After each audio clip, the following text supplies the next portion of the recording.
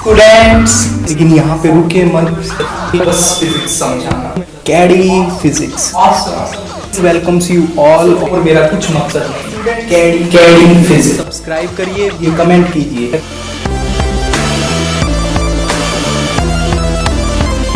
Hello students, so I welcome you all on my channel जिसका नाम है students कैडी physics. देखिए, सबसे पहला काम तो ये करिए कि इस चैनल को सब्सक्राइब करिए। ओके, दूसरा काम आपको क्या करना है, इसको ज़्यादा से ज़्यादा स्प्रेड करना है, वीडियोस को लाइक करना है और मैं आपके लिए बेहतरीन वीडियोस बनाता रहूँगा। देखिए, मैं एनसीईआरटी के साथ साथ आपको एनटीएससी प्लस जो ओलंपियाड्स होते हैं उनकी भी प्रिपरेशन साथ में हम करते रहेंगे। हम कुछ अच्छे क्वेश्चंस देखेंगे जो आपके आगे काम आने वाले हैं। फाइन, तो students, let us start our first chapter. That first chapter is students actually 12th chapter of NCERT और वो है students electricity. The name of the chapter is electricity. Electricity, आपने इसको बहुत बार सुना होगा, इस वर्ड को, इलेक्ट्रिसिटी को अपने आसपास लगभग डेली आप इस वर्ड को एक बार जरूर यूज करते होंगे, इलेक्ट्रिसिटी वर्ड को। देखिए, तो पहला क्वेश्चन मैं आपसे करता हूँ स्टूडेंट, सोचने की कोशिश करना। कभी आपने सोचा है कि आपके घर में जो अप्लायंस है स्टूडेंट, एक टीवी है, रेफ्रिजरेटर है, फ्रिज है, मिक्सर है, ग्राइंडर है, जूसर है, आपका मोबाइल फ़ोन है, टॉर्च है, वॉच है, स्टूडेंट, इन सब में क्या कॉमन है? कॉमन क्या है इनके अंदर? सो दैट कॉमन थिंग जो इनके अंदर कॉमन है वो क्या है? That is the driving power. The driving power जो इनको चला रही है, जो इनमें एक तरीके से प्राण लेके आ रही है, जो इनके अंदर इनको चलने की, इनको काम करने की शक्ति दे रही है। That energy is students, that driving force is electricity. जैसे एक ह्यूमन बीइंग को, एक मनुष्य को, एक ह्यूमन बीइंग को रिक्वायरमेंट होती है न्यूट्रिशन की। मुझे काम करना है, मैं अभी आपको पढ़ा रहा हूँ, मैं बोल रहा हूँ, मैं इससे पहले खाना खा के आया हूँ क्योंकि मुझे बोलने की शक्ति चाहिए। ओके, मुझे चलने के लिए ताकत चाहिए। तो स्टूडेंट्स, मुझे अपने रोज़मर्रा के काम करने के लिए, मुझे अपने फंक्शंस परफॉर्म करने के लिए, बेटर परफॉर्म करने के लिए मुझे किसकी आवश्यकता होती है? न्यूट्रिशन की, फूड की। Similarly students, all the electrical appliance, they don't run by themselves, they require that very much nutrition, and that is known as electricity. That nutrition is electricity students. This whole chapter is about electricity. ये पूरा का पूरा chapter electricity के बारे में ही है। हम देखेंगे कि कैसे इलेक्ट्रिसिटी फ्लो करती है और कैसे हम इसको कंट्रोल कर सकते हैं, what are the factors on which it depends and what are its uses and what are its effects like thermal effect of it etc. ये सब कुछ हमें इस चैप्टर के अंदर पढ़ना है। These are the topics which we have to cover in this chapter. इस चैप्टर के अंदर हम इन टॉपिक्स को कवर करेंगे। सबसे पहला टॉपिक है electric charge and electric current, दूसरा टॉपिक है इलेक्ट्रिक पोटेंशियल, तीसरा Ohm's law, okay, resistance and resistivity, electric circuits. Sixth topic is heating effect of current and its application, and last topic in this chapter is students electric power। और हमें बहुत सारे numericals करने हैं, exercise solve करनी है, तो हम एक एक करके इन सारे टॉपिक्स को देखेंगे। सबसे पहला जो टॉपिक है स्टूडेंट, आइए उसकी शुरुआत करते हैं, that is electric charge and electric current. Okay, तो स्टूडेंट, सबसे पहला टॉपिक हम शुरू करते हैं। स्टूडेंट्स, जब मैं आपको इलेक्ट्रिक चार्ज बोलता हूं तो आपके दिमाग में क्या आता है स्टूडेंट? आपके दिमाग में क्या आता है? आपके दिमाग में वो एक्सपेरिमेंट याद आ जाता है, कोम्ब वाला एक्सपेरिमेंट। ये हम छोटी क्लासेस में पढ़ते थे, जब मैं कंघे को अपने बालों से रगड़ता हूँ, ठीक है, ड्राई हेयर से जब मैं उसको रब करता हूँ और उस कॉम्ब को जब मैं पीस ऑफ पेपर्स के पास लेके आता हूँ जो कि बहुत हल्के हैं, तो it starts attracting those piece of papers. That comb starts attracting those small piece of papers. और वो कैसे पॉसिबल था students? Because that comb gets charged. वो कॉम्ब क्या हो जाता है, उस पर चार्ज आ जाता है, और इक्वल एंड अपोजिट चार्ज जो है वो किस पे आ जाता है? उन ड्राई पीस ऑफ पेपर्स पे, और इसीलिए वो अट्रैक्ट करना शुरू कर देते थे। तो स्टूडेंट्स, हम इलेक्ट्रिक चार्ज को इस तरीके से तो डिफाइन नहीं कर सकते हैं। ओके, सो इसकी बेटर डेफिनेशन के लिए मैं कह सकता हूँ first of all this charge is property of a matter, it is property of a matter, ये मैटर की प्रॉपर्टी है. So charge, electric charge, it is the property of matter, it is the property of matter. देखिए ये जो आपने com वाला experiment किया था उसमें आपने क्या पता किया है कि कॉम जो है वो पीस ऑफ पेपर्स को अट्रैक्ट करना शुरू करता है. और ये कैसी प्रॉपर्टी है? ये एक इलेक्ट्रिकल प्रॉपर्टी है, ये एक इलेक्ट्रिकल फिनोमिना है, इलेक्ट्रिकल फिनोमिना है. तो students it is the property of matter by which it can create और feels electric and magnetic phenomena. देखिए स्टूडेंट ये चौक है और मैं इसको किसी हल्की चीज के पास लेके जाता हूं तो कोई अट्रैक्शन नहीं होगी. क्यों? क्योंकि इसके ऊपर चार्ज नहीं है. तो जहां पे चार्ज होगा वहां पे हमें कुछ ना कुछ इलेक्ट्रिकल इफेक्ट्स दिखाई देंगे, हमें कुछ इलेक्ट्रिकल इफेक्ट दिखाई देंगे. नहीं तो हम कैसे बोलेंगे कि चार्ज है वहां पे. ओके, सो चार्ज जहां पे होगा वहां पे कुछ इलेक्ट्रिकल फिनोमिना हमें दिखाई देंगे.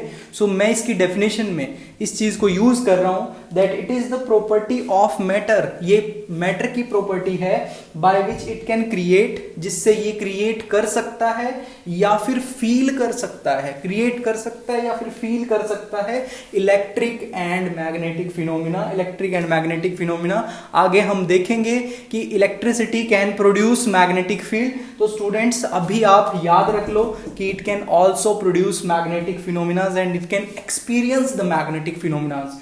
So electric charge, it is the basic property of matter by which it can create or feels electrical phenomena, जिससे ये electrical phenomena को create कर सकता है और feel कर सकता है. जहां पे charges होंगे वहां पे आपको ये चीजें देखने को मिलेंगी और इन्हीं का हम definition में use कर रहे हैं. फाइन.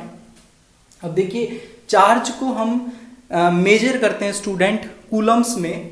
इसकी जो ऐसा यूनिट है, ऐसा यूनिट जो है चार्ज की, that is coulomb.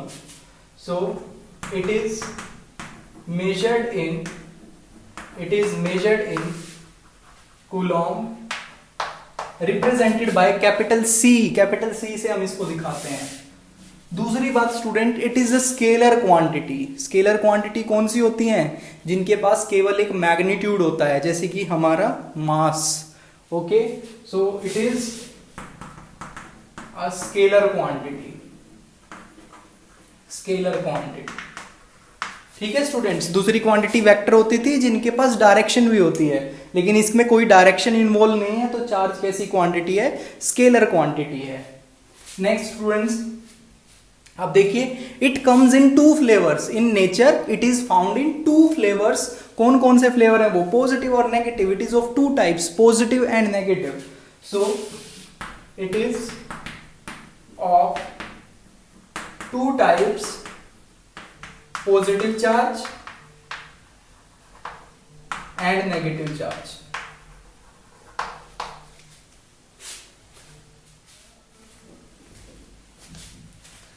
Students, like charges attract each other and students like charges repel each other and unlike charges attract each other. अगर मैं पॉजिटिव चार्ज की बात करूं, एक पॉजिटिव और एक पॉजिटिव को पास लेके आता हूं तो रिपेल करेंगे. एक पॉजिटिव है एक नेगेटिव है तो वो अट्रैक्ट करते हैं. दूसरी बात स्टूडेंट, मॉडर्न कंसेप्ट क्या है? ये तो था चार्ज की डेफिनेशन. ओके, अगर मैं मॉडर्न कंसेप्ट की बात करूं, modern concept of electric charge क्या है स्टूडेंट्स? देखिए हमने 1900 के बाद एटम को अच्छे से समझा. पहले तो हमें ये पता है कि सभी ऑब्जेक्ट, जो भी आपके आसपास जितनी भी चीज़ें हैं, एक चौक से लेके कोई भी चीज़ स्टूडेंट्स, खुद हम भी, वो सब किससे मिलके बने हुए हैं? एटम से मिलके बने हुए हैं. और एक एटम के अंदर क्या होता है? एक एटम के अंदर स्टूडेंट्स सेंटर पे एक न्यूक्लियस होता है, छोटा सा टाइनी न्यूक्लियस, और उसके आसपास इलेक्ट्रॉन्स घूमते हैं. इन जनरल अगर मैटर न्यूट्रल है तो जितना टोटल पॉजिटिव चार्ज होता है उतना ही नेगेटिव चार्ज भी होता है. अगर 10 प्रोटॉन है तो 10 इलेक्ट्रॉन होते हैं और एक इलेक्ट्रॉन के ऊपर चार्ज होता है, एक इलेक्ट्रॉन के ऊपर चार्ज होता है. स्टूडेंट याद रखना है, ध्यान रखना इस नंबर को. एक इलेक्ट्रॉन के ऊपर चार्ज होता है 1.6 into 10 to the power minus 19 coulomb. 1.6 into 10 to the power minus 19 coulomb. Minus 19 का मतलब है स्टूडेंट 1/1 फॉलोड बाय 19 जीरोज। ऐसे मैं अगर लिखूं 1/1, ये कितनी 19 जीरोज, ऐसी ऐसी 19 बार आप ये जीरोज लगाओगे और 1 से डिवाइड करोगे तो ये नंबर जो होगा स्टूडेंट वो 10 टू द पावर माइनस 19 बनेगा। तो इतना छोटा, इतना कम चार्ज है एक इलेक्ट्रॉन के ऊपर, ठीक है। तो स्टूडेंट्स एक इलेक्ट्रॉन के ऊपर इतना चार्ज होता है। अब मैंने कहा कि atom as a whole can be neutral, वो न्यूट्रल हो सकता है जब उसमें नंबर ऑफ प्रोटॉन्स और नंबर ऑफ इलेक्ट्रॉन्स क्या हो, बराबर हो। जैसे अगर हमें कहीं पे चार्ज महसूस नहीं हो रहा, कोई न्यूट्रल बॉडी है, तो उसमें जितने नंबर ऑफ इलेक्ट्रॉन्स है उतने ही प्रोटॉन है। लेकिन स्टूडेंट अगर एक ऑब्जेक्ट से, एक एटम से स्टूडेंट्स, एक एटम से, जैसे मैंने न्यूक्लियस दिखा है, इसके आसपास इलेक्ट्रॉन है, अगर आप इलेक्ट्रॉन इससे निकाल देते हैं, if we take out an electron of or some electrons from a neutral body, तो स्टूडेंट अब उसके पास क्या हो गया, आपने क्या किया है, आपने इलेक्ट्रॉन बाहर निकाल दिए, उससे इलेक्ट्रॉन पुल आउट कर दिए, बाहर निकाल दिए, तो इसके ऊपर क्या बच गया, पॉजिटिव चार्ज ज्यादा रह जाएगा। अब इस पे न्यूक्लियस जो है, न्यूक्लियस के अंदर पहले प्रोटॉन्स और इलेक्ट्रॉन्स बराबर थे, लेकिन अब आपने इलेक्ट्रॉन कुछ बाहर निकाल दिए, तो इसका मतलब now protons are more in number than electron. Proton जो है, पॉजिटिव चार्ज जो है वो ज्यादा है इन कंपैरिजन टू इलेक्ट्रॉन। तो student it becomes positively charged. ये कैसा हो जाएगा, पॉजिटिव चार्ज हो जाएगा इस पूरी बॉडी के ऊपर, ठीक है, उसके सभी एटम के ऊपर। तो इस तरीके से हमने कहा कि यहाँ पे चार्जेस इंट्रोड्यूस हो रहे हैं। नेक्स्ट, अगर इसी बॉडी में मैं कुछ इलेक्ट्रॉन ऐड कर देता हूं, या फिर ये बॉडी इलेक्ट्रॉन्स ले लेती है, सपोज मैंने कुछ इलेक्ट्रॉन्स यहाँ पे ट्रांसफर कर दिए, मैंने इसके ऊपर इलेक्ट्रॉन्स ट्रांसफर कर दिए, इसने इनटेक कर लिया इलेक्ट्रॉन्स का, तो यही बॉडी क्या हो जाएगी स्टूडेंट, अब नेगेटिवली चार्ज हो जाएगी, क्योंकि अब इलेक्ट्रॉन की तादाद ज्यादा होगी in comparison to proton. So now we can say that a charged body has excess or deficiency of electron. So if a body has excess or deficiency of electrons, then we will call that body as charged. हम उसको क्या बोलेंगे कि वो body charged है। अगर उसके पास access या फिर डेफिशिएंट नंबर ऑफ इलेक्ट्रॉन्स हैं इन कंपैरिजन टू प्रोटॉन्स, तो हम बोलेंगे वो बॉडी कैसी है, चार्ज्ड है। तो ये मॉडर्न कंसेप्ट था चार्ज का। स्टूडेंट आइए एक न्यूमेरिकल क्वेश्चन हम देख लेते हैं। एक एग्जांपल है, ये एक क्वेश्चन है स्टूडेंट, ये एनसीईआरटी के अंदर। Calculate the number of electrons in 1 coulomb of charge. You have to find out the number of electrons in 1 coulomb of charge. आपको बताना है कि 1 कूलम चार्ज में कितने इलेक्ट्रॉन्स हैं। तो याद रखिए स्टूडेंट, अभी थोड़ी देर पहले मैंने बताया था कि एक इलेक्ट्रॉन के ऊपर कितना चार्ज होता है। तो students, charge on 1 electron is 1.6 into 10 to the power minus 19. 1.6 into 10 to the power minus 19, याद कर लीजिए इसको। So 1.6 into 10 to the power minus 19 coulomb charge is constituting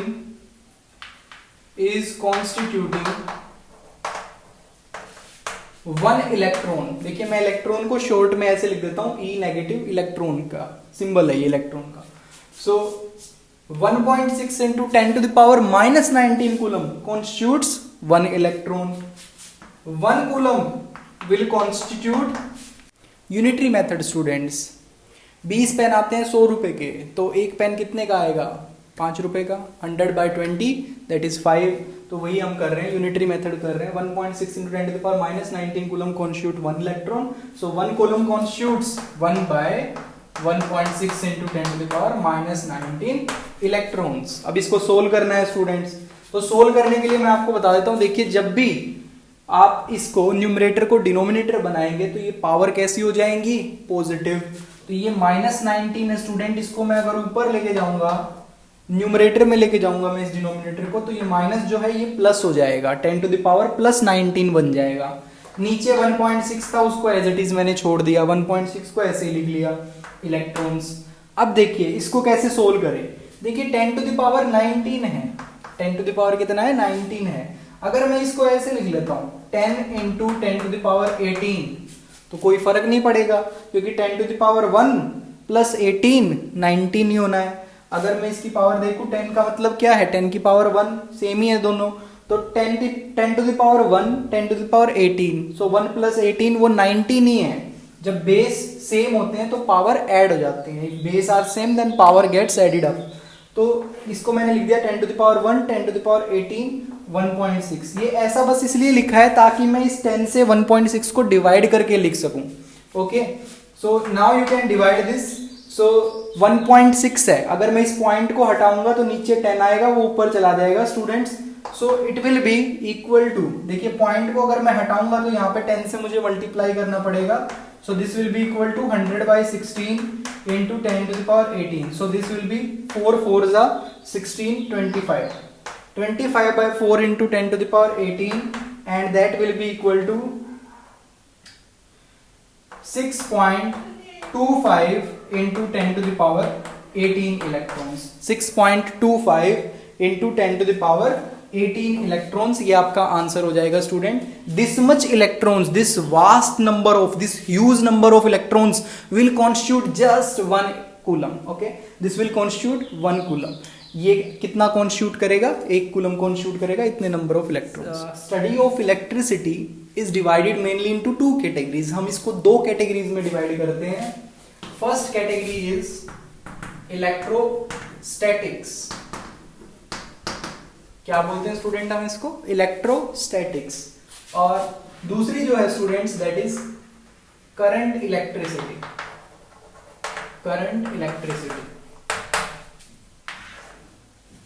एक तो है इलेक्ट्रोस्टैटिक्स और दूसरी है करंट इलेक्ट्रिसिटी। इसमें जैसे कि नाम बता रहा आपको electrostatics, that means study of charges at rest. Statics का मतलब रुके हुए, थमे हुए। So this is study of charges at rest and its phenomena। जो वो phenomena, जो effects वो produce करेगा वो आपको देखने हैं। So this is study of charges at rest and their effects. Next, what is current electricity, in which we study charges in motion। Study of charges in motion। Study of charges in motion। तो ये क्या है student, charges जब motion में हैं तो उसके बारे में पढ़ना, दैट इज करंट। तो करंट के बारे में हम मेनली पढ़ेंगे। Study of charges in motion and it's effects. And its effect.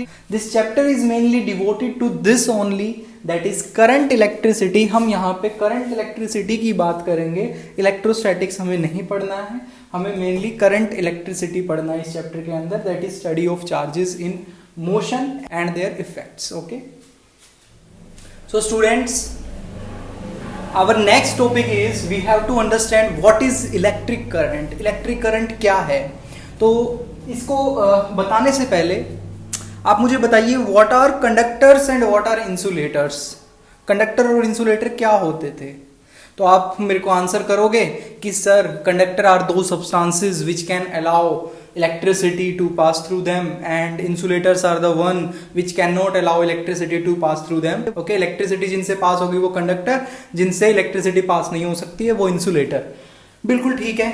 So students, मैं यहाँ पे आपको एक कंडक्टर दिखाना चाहता हूं। देखिए, ये है हमारे पास एक कंडक्टर। वायर, जैसे स्टूडेंट वायर होता है, कॉपर वायर, तांबे का जो तार होता है, कॉपर वायर, तो मैंने वो एक कॉपर वायर आपको दिखा रखा है। मेरे को यहाँ पे थोड़ी और इमेजिनेशन की आपकी जरूरत पड़ेगी। इसके अंदर देखिए जो इलेक्ट्रॉन होंगे, इलेक्ट्रॉन वो कैसे होंगे, इधर उधर भाग रहे होंगे। भाई इलेक्ट्रॉन जो है वो किसी एक जगह पे तो रहेंगे ही नहीं, वो क्या करेंगे, इधर उधर इधर भागते रहेंगे।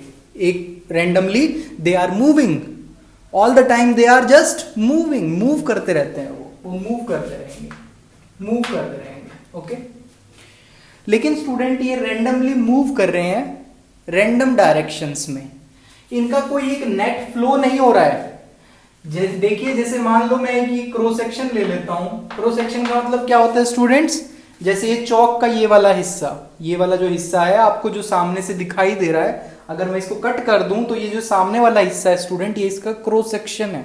ये क्या है? इसका क्रॉस सेक्शन। जैसे ये मैंने दिखा रखा है, ये इसका क्रॉस सेक्शन है, ये क्रॉस सेक्शन है, ये क्रॉस सेक्शन है। काटने के बाद जो ये वाला हिस्सा ये उसका क्रॉस सेक्शन है। तो स्टूडेंट मैंने कहा कि ये जो इलेक्ट्रॉन है ये रैंडमली मूव कर रहे हैं। If they are randomly moving, तो मैं अगर एक क्रॉस सेक्शन को ध्यान से देखता हूं तो इसमें जितने इलेक्ट्रॉन इधर से इसको क्रॉस करेंगे, जितने इलेक्ट्रॉन इसको इधर से क्रॉस करते हैं, उतने ही स्टूडेंट दूसरे हिस्से से भी इसको क्रॉस कर जाते हैं। मैंने कहा कि एक तरफ से जितने इलेक्ट्रॉन इधर आएंगे उतने इलेक्ट्रॉन यहां से इधर भी चले जाएंगे, और हम कहेंगे there will be no net flow of charge. Net का मतलब होता है स्टूडेंट एक पर्टिकुलर डायरेक्शन में चार्ज का फ्लो हो रहा है, तो वहां पे कोई नेट फ्लो नहीं हुआ। There is no net flow of electric charges, वहां पे कोई भी नेट फ्लो नहीं हुआ इलेक्ट्रिक चार्जेस का। And the current in the conductor is zero. Conductor के अंदर करंट कितना है? अभी जीरो। यहां पे कोई करंट नहीं है, कोई करंट नहीं है। और यही केस होता है स्टूडेंट मेटल को जब आप टच करते हो। सपोज ये एक मेटेलिक पेन है मेरे पास, मेटेलिक पेन है, तो जब भी मैं मेटल को टच करता हूं क्या मुझे करंट लगेगा? नहीं लगेगा स्टूडेंट, नहीं लगेगा। लेकिन अब अगर मैं इसको एक एक्सटर्नल सोर्स से कनेक्ट कर देता हूं, external source of energy, external source, let's say that external source for example battery, जैसे स्टूडेंट बैटरी है या फिर सेल है, तो जब मैं इसको एक्सटर्नल सोर्स से कनेक्ट कर दूंगा, बैटरी या फिर किसी सेल से कनेक्ट कर दूंगा, तो अब क्या होगा स्टूडेंट? ये सेल का काम होता है कि उन इलेक्ट्रॉन्स को एक पर्टिकुलर डायरेक्शन में धकेलना। उनके ऊपर ये क्या लगाता है? पुश फोर्स लगाता है उन इलेक्ट्रॉन के ऊपर। तो ये जो एक्सटर्नल सोर्स है स्टूडेंट, अब ये क्या करेगा? ये उन इलेक्ट्रॉन्स के ऊपर एक फोर्स लगाएगा, एक पुल लगाएगा, उनके ऊपर एक फोर्स लगा देगा, जिसकी वजह से now the electron starts moving in a particular direction. तो इलेक्ट्रॉन जो है वो अब एक पर्टिकुलर डायरेक्शन में मूव करना शुरू कर देंगे। जैसे स्टूडेंट ये इलेक्ट्रॉन यहां पे इस तरीके से मूव करना शुरू कर देंगे एक पर्टिकुलर डायरेक्शन में, एक पर्टिकुलर डायरेक्शन में वो मूव करना अब शुरू कर देंगे। Now, after connection of this external source, there is a organized motion of electrons. There is a organized motion of electrons in one particular direction. और अब अगर आप कोई भी क्रॉस सेक्शन लेंगे तो उस क्रॉस सेक्शन से there is a net flow of charge. एक नेट फ्लो हो रहा है यहाँ पे चार्ज का एक नेट फ्लो हो रहा है। इलेक्ट्रॉन यहां से यहां इसको क्रॉस कर रहे हैं, है ना? तो there is a net flow of charge and this organised kind of motion, this organised motion is called drifting. इसको हम क्या बोलते हैं? We call it as drifting. So this is drifting of electrons. So this drifting of electrons will constitute current. और अब हम क्या कहेंगे कि इलेक्ट्रॉन्स मूव कर रहे हैं उस वायर के अंदर एक पर्टिकुलर डायरेक्शन में, और इस कंडक्टर के अंदर अब क्या फ्लो कर रहा है? करंट। देखिए स्टूडेंट, मैं एक बार और बता देता हूं, जब आपने कोई भी एक्सटर्नल सोर्स नहीं लगाया था, केवल एक कंडक्टर था आपके पास, तो उस कंडक्टर के अंदर कोई भी करंट नहीं फ्लो करता है, क्योंकि अगर मैं एक पर्टिकुलर क्रॉस सेक्शन देखता हूं तो उससे जितने इलेक्ट्रॉन यहां से पास हो गए उतने ही दूसरी डायरेक्शन से भी मूव कर जाते हैं। They are moving random directions, they are moving in random direction, randomly move कर रहे हैं। ओके, लेकिन जब आपने बाहर से एक सोर्स लगा दिया, जब आपने बाहर से एक सोर्स लगा दिया, एक्सटर्नल सोर्स, तो ये क्या करेगा? इलेक्ट्रॉन्स को एक पर्टिकुलर डायरेक्शन में पुश करेगा, उनको धकेलेगा। तो जब वो एक पर्टिकुलर डायरेक्शन में पुश होंगे तो एक पर्टिकुलर क्रॉस सेक्शन से आप कह सकते हो कि नेट फ्लो ऑफ चार्ज होगा। और अगर नेट फ्लो ऑफ चार्ज है तो वहां पे अब क्या होगा? करंट। लेकिन ये बस आपको समझाने का था, ठीक है? आप कैसे इसकी डेफिनेशन लिखेंगे, कैसे पेपर के अंदर लिखेंगे, आइए वो देखते हैं जरा। Students, we can define electric current as the rate of flow of charge through any given cross section in a given time. It is the rate of flow of charge through any given cross section So students, this tells us how much charge is flowing through a given cross section in how much time. तो एक given cross section से कितना charge flow कर रहा है कितने time में, वो आपको बताता है इलेक्ट्रिक करंट. ठीक है. I can say that if Q amount of charge, if Q amount of charge is flowing in T time through a cross section, then electric current I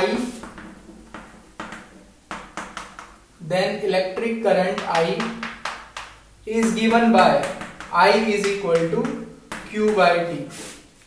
तो देखिए स्टूडेंट, हम मान लेते हैं कि अगर Q चार्ज फ्लो कर रहा है, एक गिवन कंडक्टर में Q चार्ज फ्लो कर रहा है किसी एक क्रॉस सेक्शन के थ्रू, T टाइम उसको लग रहा है, टोटल टाइम T में वो क्रॉस कर रहा है उस क्रॉस सेक्शन को. So in that case electric current, जिसको हम I से रिप्रेजेंट करते हैं, इलेक्ट्रिक करंट को I से रिप्रेजेंट करते हैं, I is given by Q by T.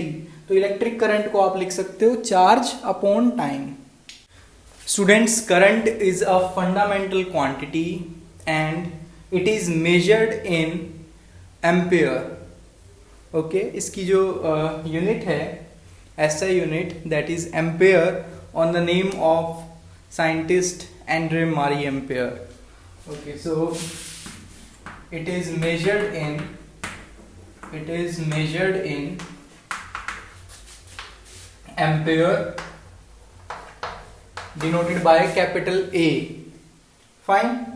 अगर स्टूडेंट मैं आपसे पूछता हूं डिफाइन 1 एम्पेयर, आपको डिफाइन करना है 1 एम्पेयर, तो कैसे करेंगे? देखिए बहुत आसान है.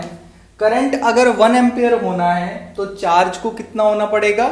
1 कूलम, और टाइम भी कितना होना चाहिए? 1 सेकेंड, क्योंकि 1 बाय 1 करोगे, अगर 1 कूलम को 1 सेकेंड से डिवाइड करोगे, 1 बाय 1 कितना आंसर आएगा? 1, दैट इज 1 एम्पियर. तो स्टूडेंट आप लिखेंगे 1 ampere is the amount of current, 1 ampere is the amount of current which is flowing through a conductor when 1 coulomb of charge is flowing for 1 second, okay, through a given cross section area. अगर एक given cross section area से 1 coulomb charge flow करता है 1 second में, तो हम कहेंगे current कितना फ्लो किया वहां पे? 1 ampere. So students, we can define 1 ampere is the amount of current when 1 coulomb of charge is flowing for 1 second through a given cross section area, a given cross sectional area. So students, this is the definition for 1 ampere. ये 1 ampere की आपको मैंने definition बता दी. Students, for the motion of these charges, और you can say, अगर current flow करना है तो आपको एक कंटिन्यूअस पाथ चाहिए, अगर वहां पे करंट फ्लो करवाना है, और वो कंटिन्यूअस पाथ को हम बोलते हैं electric circuit. So electric circuit is a close continuous path in which the current is flowing. So electric circuit is closed continuous path in which electric current flows.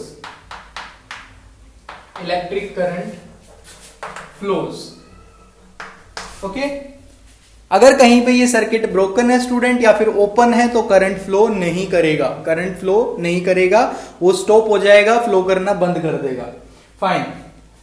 अब देखिए स्टूडेंट, कुछ important point मैं बताने जा रहा हूं आपको regarding electric current. ये पॉइंट बहुत इंपॉर्टेंट है, इनको ध्यान से देखिएगा. So some important points. First point is students the direction of electric current is taken in the direction of flow of positive charges. जिस डायरेक्शन में स्टूडेंट्स पॉजिटिव चार्जेस फ्लो करते हैं वही डायरेक्शन होती है इलेक्ट्रिक करंट की। Okay, actually एक conventional direction है, क्योंकि जब हमने इलेक्ट्रिक करंट डिस्कवर किया था उस टाइम पे इलेक्ट्रॉन्स के बारे में हम नहीं जानते थे। उस टाइम हमें नहीं पता था इलेक्ट्रॉन जैसी भी कोई चीज होती है। तो हमने पॉजिटिव चार्ज की डायरेक्शन में, जहां पे पॉजिटिव चार्जेस फ्लो करते हैं उनकी डायरेक्शन में हमने इलेक्ट्रिक करंट की डायरेक्शन को अज्यूम कर लिया। उस टाइम हमें नहीं पता था कि कंडक्टर के अंदर इलेक्ट्रॉन फ्लो कर सकते हैं, पॉजिटिव न्यूक्लियस अपनी जगह पे रहता है, इलेक्ट्रॉन्स फ्लो करते हैं और उनके साथ इसका कुछ लेना देना हो सकता है, ऐसा हमें नहीं पता था। तो हमने कन्वेंशनली ये मान लिया कि इलेक्ट्रिक करंट जो है वो फ्लो कर रहा है पॉजिटिव चार्जेस की डायरेक्शन में, और वही आज भी हम यूज कर रहे हैं, इसीलिए इसको कन्वेंशन बोल रहे हैं हम। So direction of flow of electric current is in the direction of flow of positive charge, ध्यान देना पॉजिटिव चार्ज, और opposite to the flow of motion of negative charges that is electrons. Opposite, तो इसका मतलब student जिस direction में electron move करते हैं इलेक्ट्रिक करंट उसके अपोजिट मूव करता है, इलेक्ट्रिक करंट उसके अपोजिट फ्लो करता है। तो ये भी ध्यान रखना है आपको। So conventional direction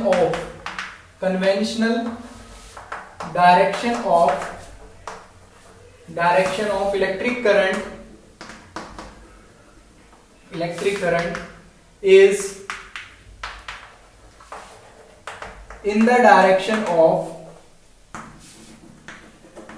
motion of positive charges or opposite to the motion of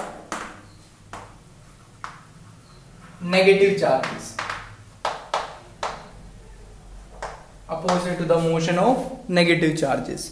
दूसरा point students, when the current is flowing through a conductor, if the current is flowing through a conductor, then conductor remains neutral. ऐसा नहीं है student कि current flow कर रहा है तो conductor अब चार्ज हो जाएगा, नहीं। जितने वहां पे इलेक्ट्रॉन मूव कर रहे हैं, जितने इलेक्ट्रॉन वहां पे प्रेजेंट हैं, उन इलेक्ट्रॉन्स के लिए उतना ही पॉजिटिव चार्ज भी है स्टूडेंट्स, उतना ही पॉजिटिव चार्ज भी है वहां पे जितना नेगेटिव चार्ज है वहां पे। तो स्टूडेंट्स टोटल जो चार्ज रहता है दैट इज जीरो, और यू कैन से overall conductor remains neutral when the current is flowing. When the current is flowing, conductor remains neutral. So when the current is flowing, conductor remains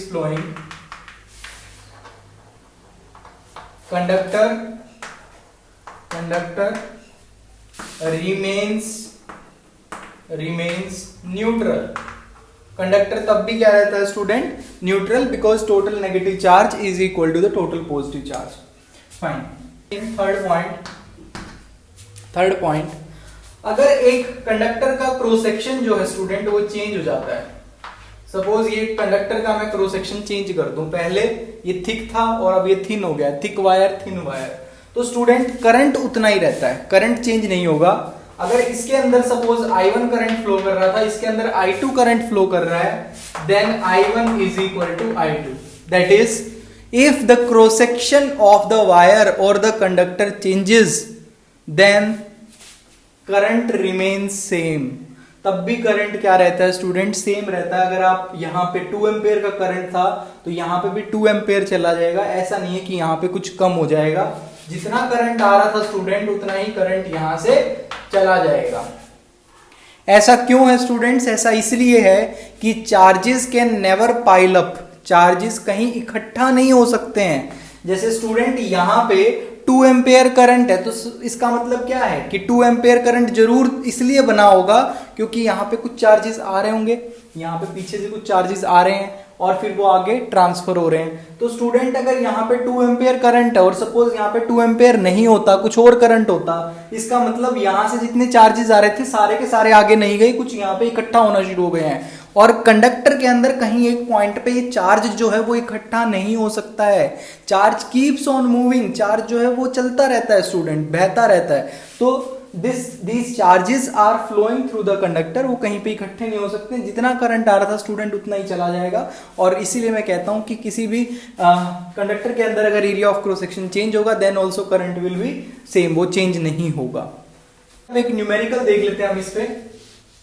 तो student ये numerical है, NCERT के अंदर दिया हुआ है आपका। A current of 0.5 ampere is drawn by A filament of an electric bulb. जो इलेक्ट्रिक बल्ब का फिलामेंट होता है स्टूडेंट्स, उसने 0.5 एम्पेयर करंट जो है वो ड्रॉ किया है फॉर 10 मिनट्स, 10 मिनट के लिए फ्लो किया है वो current. Find the amount of electric charge that flows through the circuit. Circuit के थ्रू कितना चार्ज फ्लो किया होगा जिसने इतना करंट बनाया है, 0.5 एम्पेयर करंट उसने बनाया है, उस चार्ज ने कॉन्स्टिट्यूट किया है। तो आप अब इस क्वेश्चन को कैसे कर सकते हैं? देखिए, क्वेश्चन सोल्व करने के लिए सबसे पहले तो आपको जो जो पता है बातें उनको लिख लीजिए। सबसे पहली बात मुझे पता है कि करंट कितना है, 0.5 एम्पेयर। दूसरी चीज मुझे पता है कि टाइम जिसके लिए ये फ्लो किया है वो है 10 मिनट। स्टूडेंट एक चीज ध्यान रखें कि मिनट में दिया हुआ है, लेकिन आपने जब अभी पढ़ा था करंट की डेफिनेशन में I is equal to Q by T, तो मैंने आपको बताया था where time is in second and Q charge is measured in Coulomb's.